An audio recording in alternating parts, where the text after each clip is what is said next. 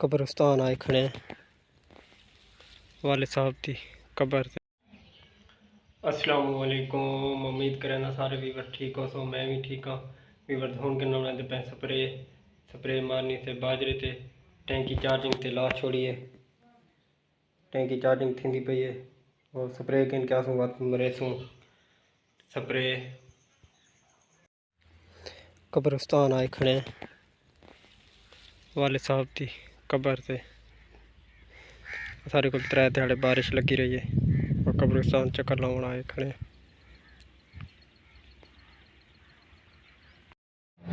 अपनी जॉब जो पैसा आना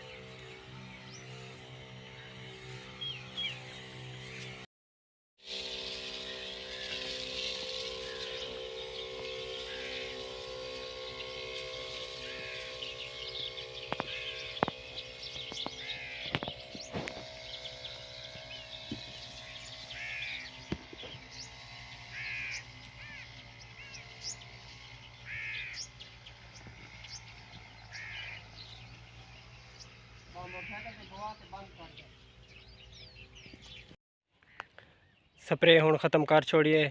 हुण वाले मैंने घर। अगर आज की वीडियो अच्छी लगे तो वीडियो लाइक तो कमेंट भी कराए चा, चैनल सब्सक्राइब भी कराए चा। जज़ाकल्लाह।